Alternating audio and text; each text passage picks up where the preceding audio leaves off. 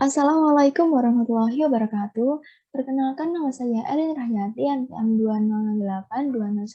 200820101115 dari kelas D Prodi Sistem Informasi UPN Veteran Jawa Timur. Di sini saya akan mempresentasikan mengenai perbandingan tools administrator jaringan, MRTG dan SMART dalam rangka memenuhi tugas ketujuh mata kuliah Desain Manajemen Jaringan. Sebelumnya, apa itu MRTG? MRTG atau Multi-Router Traffic Grapher adalah sebuah software yang dibuat oleh Tobias Altiker pada tahun 1994. Software ini dapat berjalan pada sistem operasi Unix dan Windows NT. MRTG digunakan untuk melakukan monitoring atau pemantauan beban trafik yang masuk ke dalam jaringan. MRTG juga menampilkan halaman web HTML yang berisikan gambar berwarna PNG atau GIF yang mempresentasikan secara visual terkait kondisi trafik yang ada dalam periode waktu harian, mingguan, bulanan, hingga tahunan. MRTG ini memanfaatkan bahasa Scripper atau C dan menggunakan utilitas eksternal dalam proses pengambilan data SNMP dan pembuatan gambar tipe PNG atau GIF untuk tampilan halaman HTML. Nah, berikut merupakan contoh laporan MRTG terkait koneksi internet. Bisa dilihat berdasarkan grafik tersebut, kita bisa menyimpulkan informasi terkait kapasitas bandwidth yang digunakan, download, upload, besar bandwidth yang terakhir tercatat, besar bandwidth rata-rata pada periode yang dipilih, besar bandwidth maksimal pada periode yang dipilih, rentang waktu periode, penunjuk jam, kecepatan upload, hingga kecepatan download. Nah, MRTG ini memiliki beberapa kelebihan, diantaranya yaitu yang pertama, MRTG sangat sederhana dan fungsional, bisa dikonfigurasikan dengan mudah untuk memantau penggunaan bandwidth dalam suatu interface yang mendukung SNMP. Yang kedua, pengguna bisa melakukan pemantauan dari jarak yang jauh tanpa harus melalui proses autentifikasi terlebih dahulu. Yang ketiga, pengguna bisa melakukan pemantauan trafik jaringan dalam berbagai skala, baik harian, mingguan, bulanan, ataupun tahunan. Yang keempat, pengguna bisa dengan mudah melihat jika ada lonjakan trafik yang menandakan terdapat sesuatu yang salah dengan jaringan. Dan yang kelima yaitu adanya worm atau trojan yang biasanya mempengaruhi trafik upload dapat dideteksi dengan cara melihat grafik upload yang dihasilkan oleh MRTG. Nah, di samping kelebihan tadi, MRTG juga memiliki beberapa kelemahan. Di antaranya yaitu proses instalasi MRTG pada Linux sistem cukup kompleks dan merepotkan. Yang kedua, ketelitian maksimum untuk rata-rata trafik cukup besar yaitu sebesar 5 menit. Yang ketiga yaitu tidak dapat menampilkan trafik data yang telah terlewat secara teliti. Cara kerja MRTG. Pertama, log file. Nah, pertama, MRTG menggunakan Simple Network Management Protocol atau SNMP untuk mengirimkan request dengan dua objek identifier atau OID ke perangkat yang dikehendaki. Perangkat yang menyediakan SNMP akan memiliki Management Information Bus atau MIB yang nantinya akan digunakan untuk melihat spesifikasi OID. Kemudian, setelah mengumpulkan informasi, MIB akan mengirimkan kembali data yang dilindungi atau dienkapsulasi pada protokol SNMP. MRTG akan melakukan pencatatan terhadap data tersebut pada statistik log di sisi klien bersamaan dengan data yang telah dicatat sebelumnya untuk perangkat yang digunakan pada jaringan. Kemudian, hasil pencatatan data pada poin 4 nantinya akan disimpan dalam file ASCII. Setelah itu, MRTG akan membuat dokumen halaman HTML berbentuk gambar yang berisi visualisasi grafik secara nyata. Grafik ini nantinya akan dikonversi ke dalam format GIF dari format PNM menggunakan tools PNM to GIF.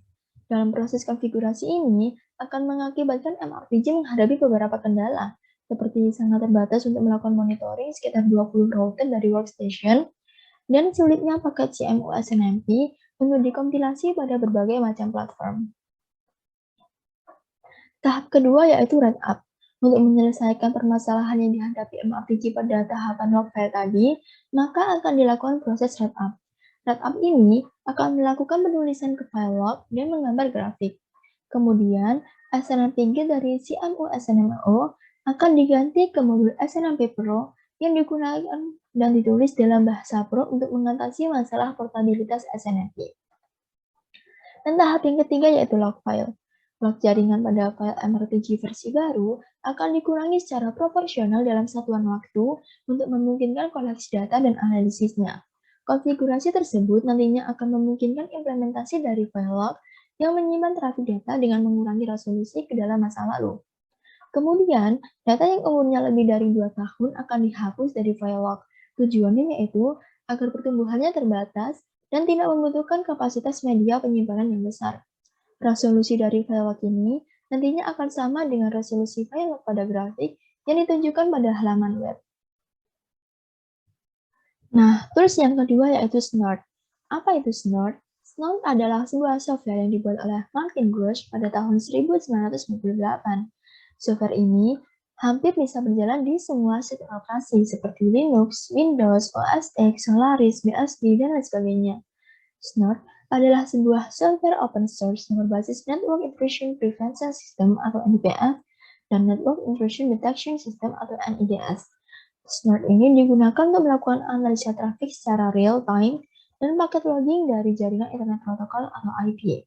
Snort juga digunakan untuk mendeteksi serangan pada jaringan, namun tidak terbatas pada operating system fingerprint attempts, common gateway interface, battery overflows, server message block probes, dan stealth threat scan.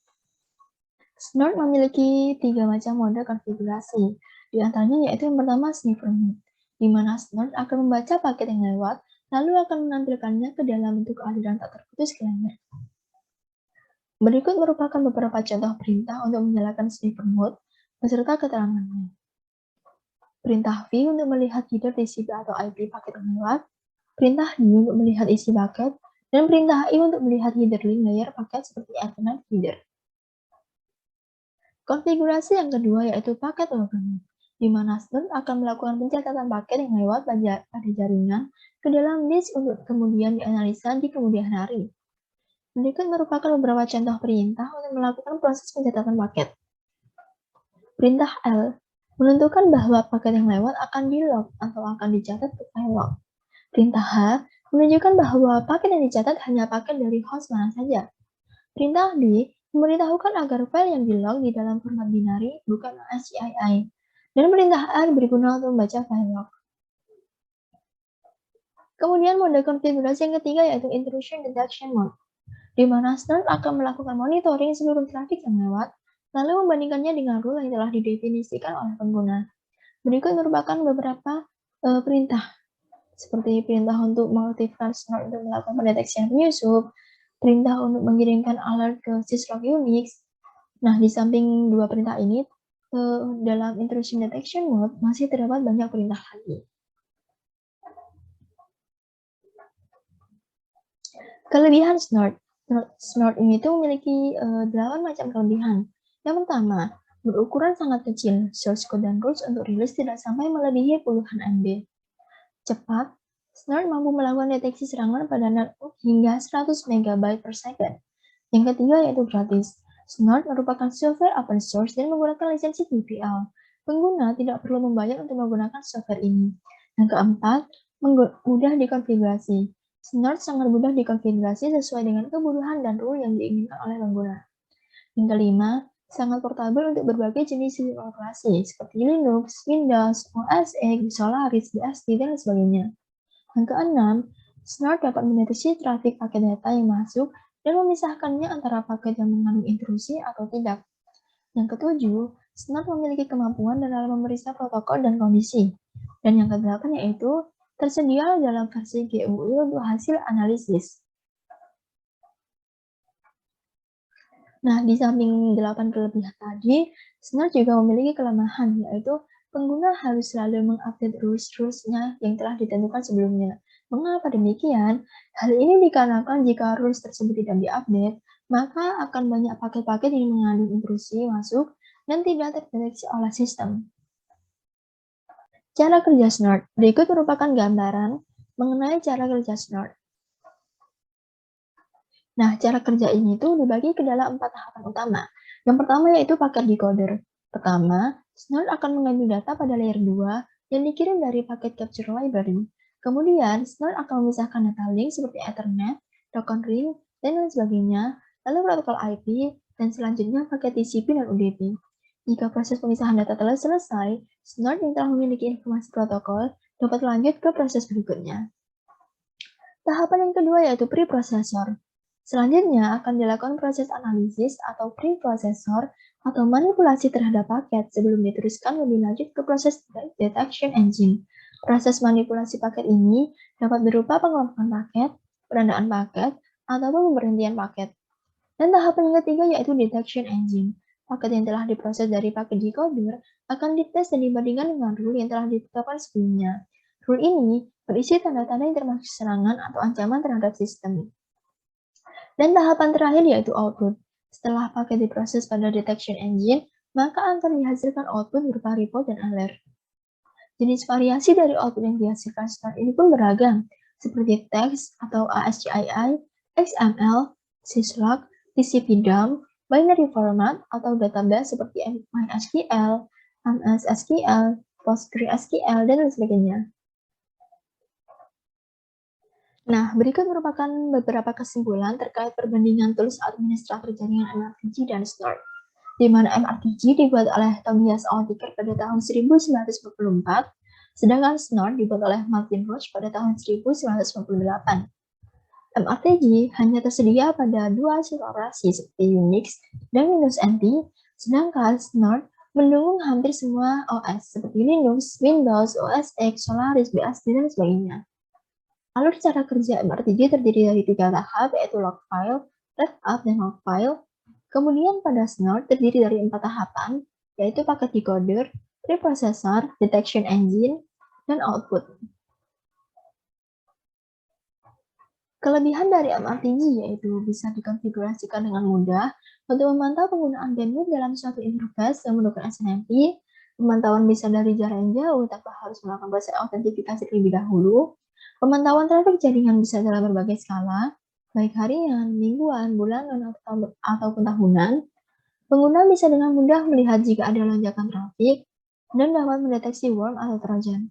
Sedangkan kelebihan pada Snort yaitu berukuran sangat kecil, cepat dikarenakan Snort mampu melakukan deteksi serangan pada network 100 Mbps, gratis dikarenakan open source, mudah dikonfigurasi, portable untuk berbagai jenis sistem operasi, dapat mendeteksi trafik paket data yang masuk dan memisahkannya antara paket yang mengandung intrusi atau tidak, memiliki kemampuan dalam memeriksa protokol dan kondisi, dan tersedia dalam versi GUI untuk hasil analisis.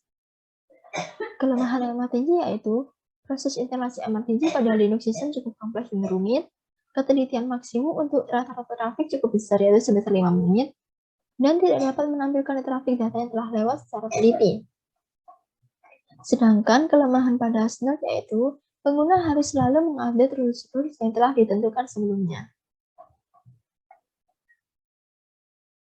Sekian presentasi dari saya, kurang lebihnya mohon dimaafkan. Wassalamualaikum warahmatullahi wabarakatuh.